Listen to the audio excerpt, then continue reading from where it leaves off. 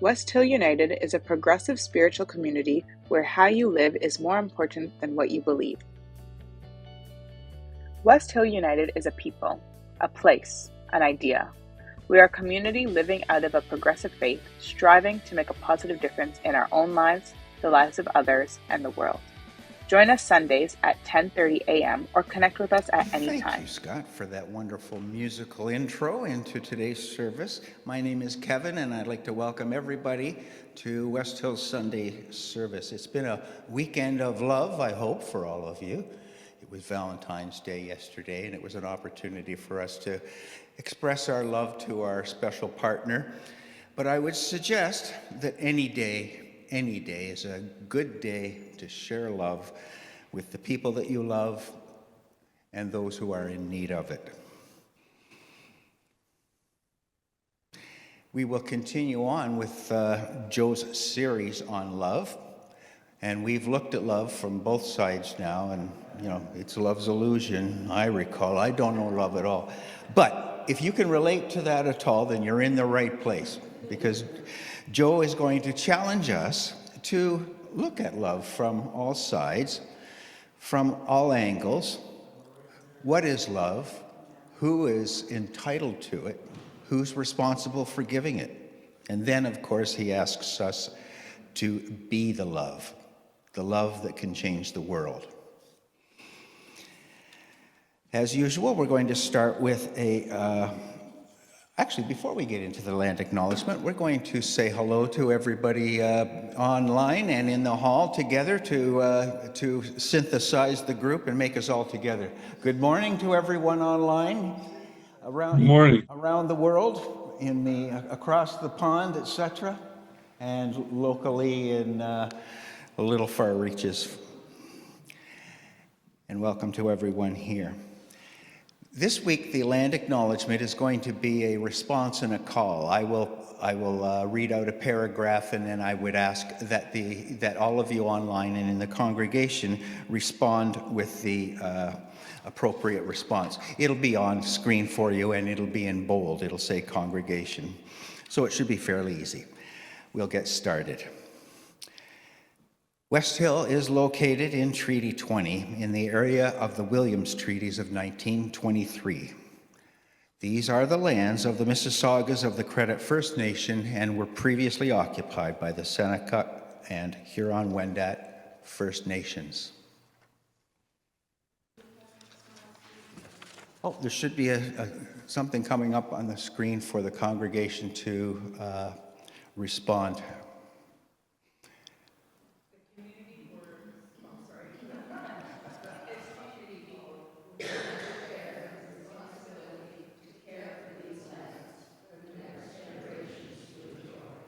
Good. This place is and will continue to be home to Indigenous peoples as long as the sun shines, the grass grows, and the rivers flow. We are grateful. We are grateful for the opportunity to live and work in community here. We thank all the generations of people who have taken care of the land for thousands of years. We acknowledge the historical and ongoing injustices that First Nations, Métis, Inuit peoples endure in Canada.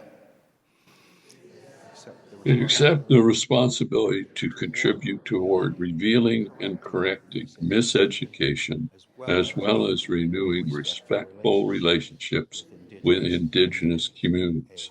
Amen. Thank you all. Thank you, Mark. We move on now to the reading for today. At the end, I'm going to say offered as wisdom, and you may reply, may we walk in its light. This quote, while anonymous, is often attributed to the man Lao Tzu.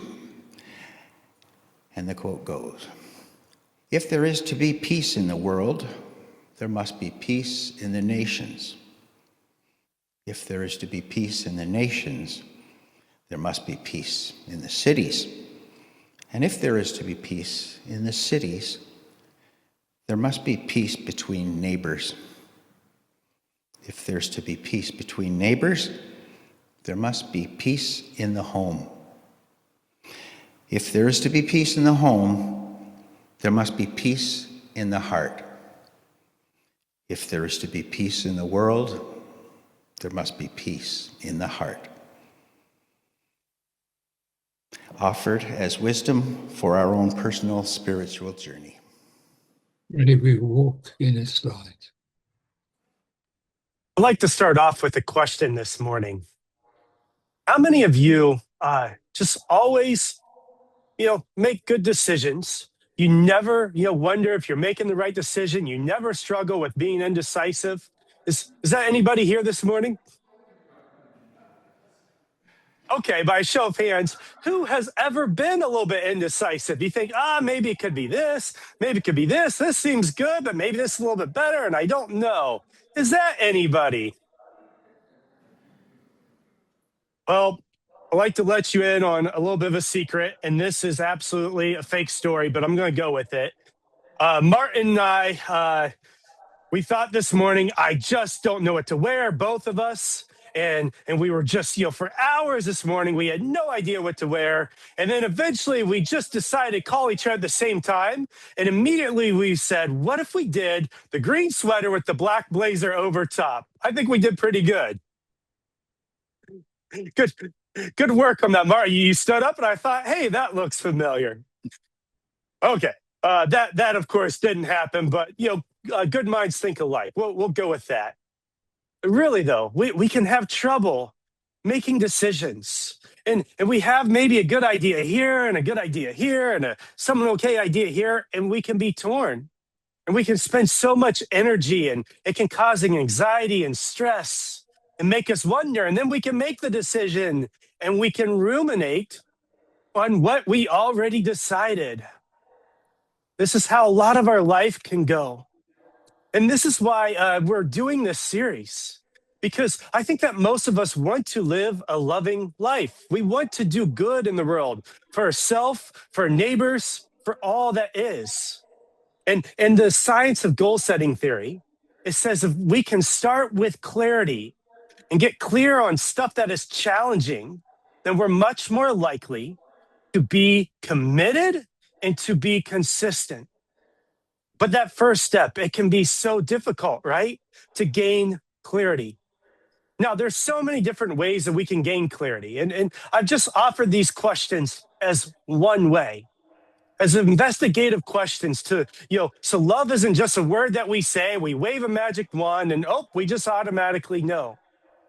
To give us a tool to look at love and what to do from different ways, such as where can I best love? Or when could I best love? Or how? Or maybe which ways of love? Maybe I need to use more courage, or I need to gain more wisdom and more truth, or maybe more gratitude. There's all these different questions. And once again, it's to help us gain clarity. And all these questions, they are great, I think. They've been very helpful to me. But the truth of the matter is, I think the question that we are exploring this morning together is the most important question. Now, I'm going to use a quick example here, and I feel like I use the example of food a lot. And I could say, it's because I love food, but I think it's just something that we all get, we all have ate before. And an example I'm going to use of food this morning is, this is the main course. It's the main course. It's what it's all about. The others are just side dishes. They're good. They're helpful. But this is why we all gather around the table. This is what it's all about. The question of who. Scott beautifully put, when we first started this series, we first started with this question of why, because we wanted to understand why aim to live a loving life, to love, ourselves and others and be loved. Why do that in the first place? And Scott, as he said, why needs a who. I think it was something like that. Why needs a who, or every why needs a who, or something along that nature. But basically, what he was saying is, we could understand the why, but if we don't apply it to a who, pun intended, but who cares? If we can understand, which characteristics, which ingredients of love, if we can understand that we need wisdom, which then includes truth, and we need justice, right relationship, and we need, courage, we can understand that. But if we don't put it into action towards a who cares? I could keep going with these different questions. I'll do one more. We could maybe understand when. Oh, when I wake up, in order to best love, I need to schedule my day like this. Or in my life, at this point in my life, I want to aim for this, or this upcoming year, this summer, I want to aim to do these things with my family or with my friends, or to love myself in this certain way. But if we actually don't do it and apply it towards the who cares? What does it matter? So this morning, here's what we are going to do. We're going to move from this larger macro, and by macro, I mean macro relationships. And we're going to quickly go from macro to meso. And so macro, for example, can be our world, our nation. Meso can be somewhat of a middle ground, maybe our community, our society. And then we're going to go quickly into the micro. And the reason why I'm going to quickly move through those, and I'm going to do so by reading the same reading that Kevin just did. But the reason why I'm going to quickly go through that reading and move from the macro to meso to the micro is because I think that we get that we need to love everybody. And so as I was thinking about things this week, I felt I wanted to focus on the who within. As Walt Whitman once said, there are multitudes within us. I mean, it blows my mind, the multitudes of galaxies and everything going on in our universe. But what equally blows my mind is the different parts of myself, the multitudes that are found within. So we're going to quickly go from that macro to our micro, and we're going to spend some time there. We're going to do a reflection together that I often do in my life. And then after doing that reflection, we'll go back from the micro to the meso to the macro. Because once it is well within, we have a greater chance of affecting our neighborhoods, our communities, our politics, and our world as a whole. If we can learn to sweep our porch, there's a greater chance that the world can be a cleaner place. So in order to move from that macro quickly into that micro, I want to read what Kevin read once again here. It says, and this is often attributed to Lao Tzu, who was the founder of Taoism. And actually, maybe if we could read this together. So I'll start us here. If there is to be peace in the world, there must be peace in the nations. If there is to be peace in the nations, there must be peace in the cities.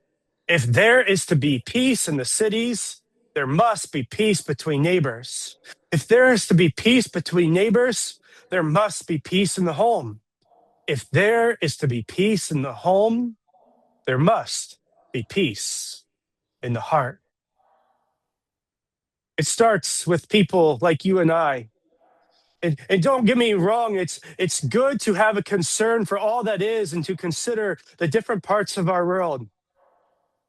But first, we need to check and see if it's well within. Now, of course, there's so many different ways that we can do this. And in fact, I find it interesting when you look across so many different traditions, philosophical and religious traditions, and even modern day research, it usually starts with having an awareness. So for example, in Judaism, one of the key concepts is the word Shema, and that means to hear, to be aware. And the ethics of care, it starts with having attentiveness to what's going on. And in Buddhism, the Eight Noble Fold Path starts with having a right view to understand what's going on. And so we're going to bring some attentiveness to some different areas in our life this morning, to the different who's within. And so a practice that I often utilize is I think about the different parts of myself. Now I could easily just say, Joe, love yourself. And sometimes I know the answer to that. But sometimes if I just say, Joe, how do you need to be loved? I can say, well, I'm not exactly sure.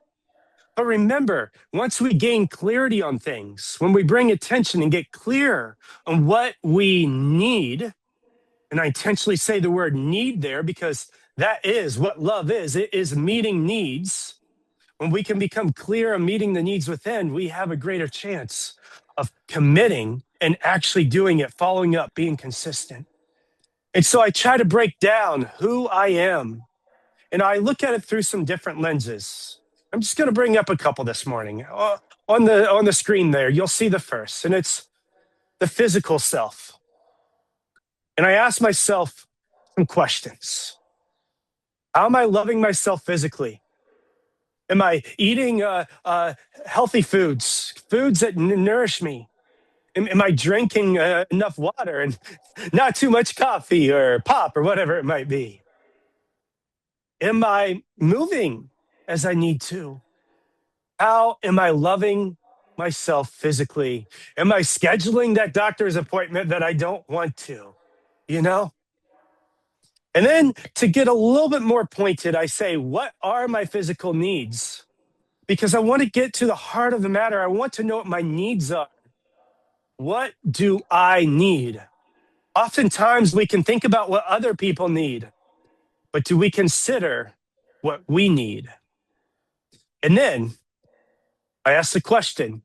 It's one thing to gain the wisdom of what I need to know. As I talked about a few weeks ago, some key ingredients of love. One of the first is to gain wisdom, to shine light on truth, to know what is good, but we have to apply it.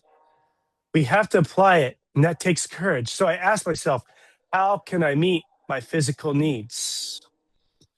So what I want us to do this morning, we're going to go through some different areas. We're going to talk about the physical. We're going to talk about the mental, the emotional, and then the relational parts of ourselves.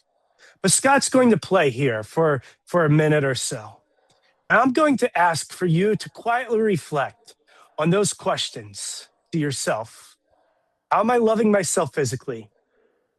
What are my physical needs? And how can I meet my physical needs? Scott, if you could.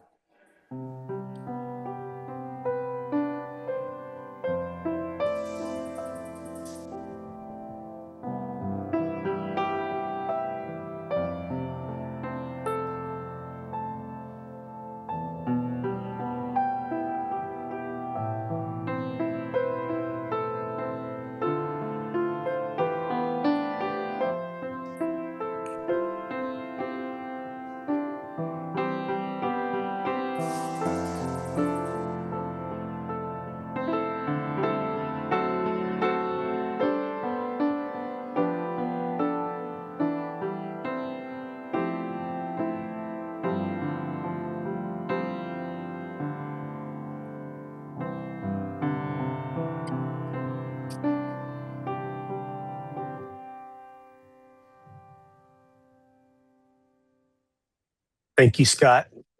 And I invite you, of course, afterwards to consider these questions. One of my main goals this morning is to bring awareness that we need to radically love ourselves. We have the greatest ability to love ourselves more than anybody. In fact, it's not vanity. I would say it's sanity. I'll say that again. It's not vanity to love yourself. Now, of course, if you only love yourself, it can turn into that. But if you do so in a healthy way while simultaneously loving other people, it's sanity.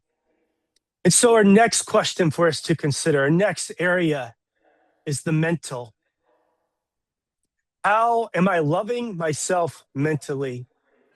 What am I taking in? Do I have on, negative news all the time? Now, don't get me wrong. It's good to be aware of what's going on in the world. But a practice I have for myself, I only listen to about, I'd say on average, 10 to 20 minutes a day of news. And I try to be very careful about what news sources I listen to. And I realize it's more than just news or our mental health, but how am I loving myself mentally? Am I taking time for myself? Sometimes for myself, it's realizing I need to study more. I need to read and understand things. But yet sometimes it's also I need to put the books down. I need to do other things, to go hang out with people, to go do something fun. One of the things for me that is a huge boost to my mental well-being is I will reflect, and I will reflect on how my day went at the end of the day. And then I will kind of do a check-in and say, okay, what about the next day? And I actually do this about 3 times a day to be consistent, to check in on my needs and say, Joe, how are you doing? To love myself, I would say, to give my needs a hug and say, hey, what's going on? And how can we improve? And what are we thankful for? How am I loving myself mentally? And realizing what are those mental needs? Once again, bringing awareness to it. And how can I meet my mental needs? I'll say one more thing with this before I ask for us to take a time of reflection together. One more practice that I have is I try to practice, I would call it extreme gratitude. Just considering the fact that I am here blows my mind. And the research shows that the majority of our thoughts is negative. And that has evolutionary benefits. It's good for us to be aware of the potential threats, and of the wild animal that could get us, or the tribe next door, and might be plotting to overtake our tribe. But in our modern world, is that the case? Is the majority of things negative?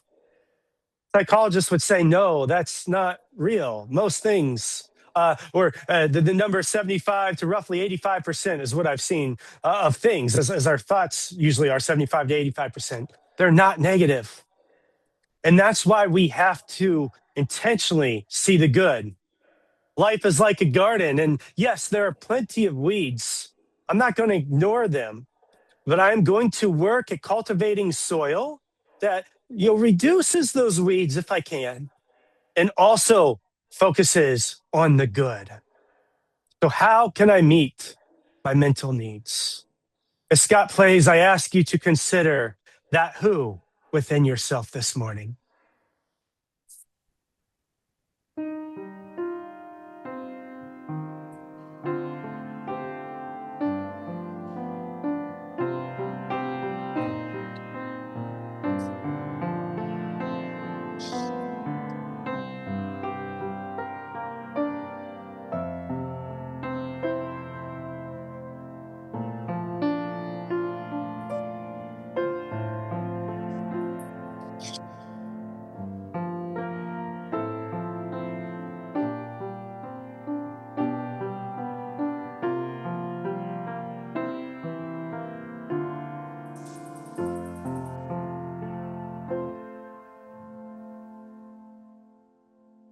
Thank you, Scott.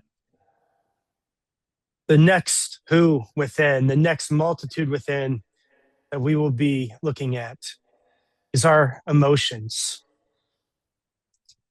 Our emotions. I often ask myself, how am I loving myself emotionally? And that could be simply just allowing myself to feel what I feel. I think that's being honest sometimes. Sometimes we want to, reduce certain emotions, and that's good. We can have emotional regulation. That can be helpful.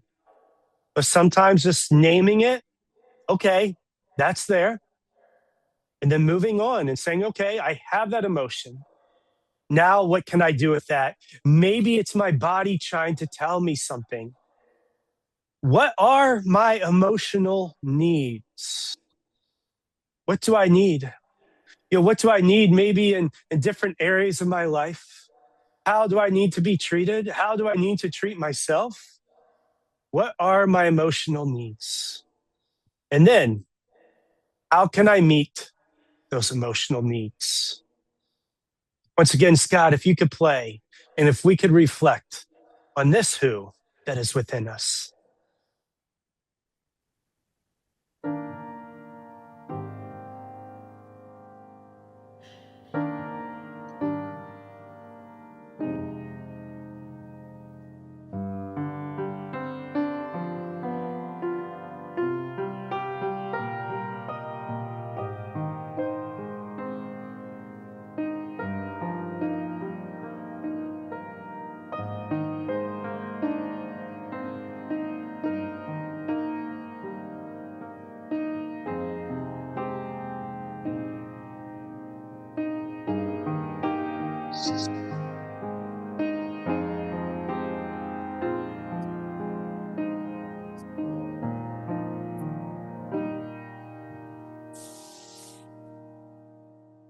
Now, as I said, there's many other areas of ourself.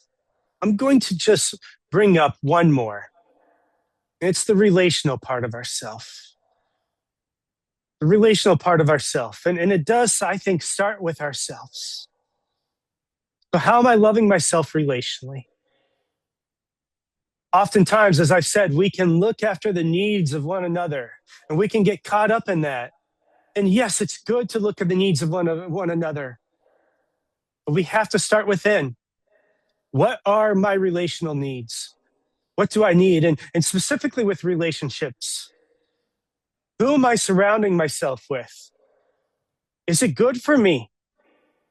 What larger relational areas? So, for example, what environments am I putting myself in? Which is why it's great that we come together, that we can be a safe and supporting place where we can talk about the things that matter most in life and have a constant reminder of what is good, what is wise, and how to apply it. What are my relational needs? And to look after that. And then, of course, to look after the relational needs of others. How can I help others in those relational areas? What environments could use me to be a part of them? But overall, what are my relational needs? Because to love is to meet needs, but it starts within. And then this question, how can I meet my relational needs? What do I need and how can I meet it? Once again, Scott, if you could play this morning, and if we could take a little bit of time and reflect on this.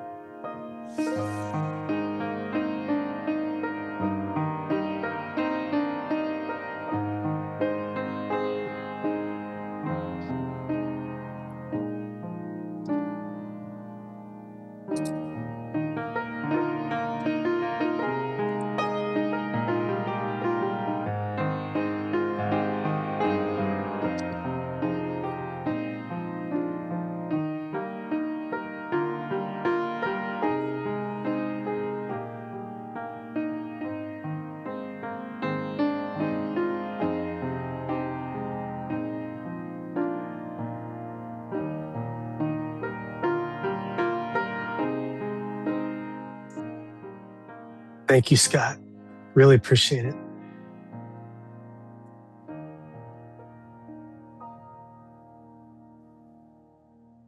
Once again, we're bringing attention. We are aware because we care. Because we care, we want to become more aware of these different needs within ourselves. And obviously, so many times we can look at these different parts, our neighbors, our community, our politics, our world. But are we aware of the multitudes within ourselves? And do we bring the proper care to that?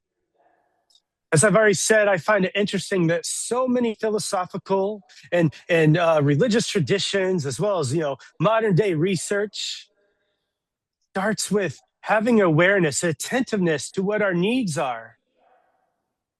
And then after we have that attentiveness to our needs and others' needs, we have a responsibility. We have the ability to respond, and we can properly do so.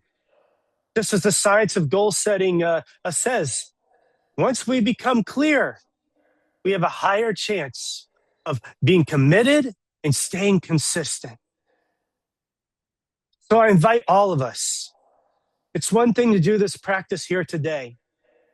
I invite you as you go out into the different multitudes that you are involved with to always remember the multitudes within and to love them deeply, to care about them with great care. Doesn't mean that things are always going to be, right and perfect. And when we have attentiveness, we have then the ability, we have more of awareness to respond how we need to. Instead of just chasing our different wants and different things that can distract us, we truly get to the heart of the matter, the main course, the needs that are within us. So earlier I said that we are going to start with the macro, and through this reading by Lao-Tzu, we are going to quickly go into from the macro to the meso to the micro. I'd like to kind of end in that same fashion, in which I've crafted kind of a reading that's similar to what Lao-Tzu had written thousands of years ago, but it's in reverse order. We are now going to go from the micro back to the meso and then to the macro. Because once we can have a better ability to keep our porch clean, to take care of our needs, then we can show up for one another. And I'm not saying that we can't, our porch has to be in perfect order to take care of one another. I want to be clear on that. But when we learn to do it for ourselves, we can have a greater knowledge of how to do it for one another. So if you would, join with me and read this together. When there's love within you, when needs are met, it can flow into the life around you. When there's love in the life around you, it can flow into love among neighbors. When there's love among neighbors, it can flow into love into the community. When there's love in the community, it can flow into love in society. And when there is love in society, it can flow into love in the world. And in closing, I will read from Thomas Merton. I think that kind of sums up the whole idea of this series. Thomas Merton, talking about love, says, "The question of love is one that cannot be evaded. Whether or not you claim to be interested in it from the moment you are alive, you are bound to be concerned with love, because love is not just something that happens to you." And here's the core part in this saying. It is a certain special way of being alive. Love is, in fact, an intensification of life, a completeness, a fullness, a wholeness of life. And this morning, I hope that you feel that to all the multitudes within you, and that you can better radiate that to all the multitudes outside of you. Thank you. Become a sustaining champion of West Hill United's work by committing to an automatic monthly donation. Learn more or donate now through Canada Helps.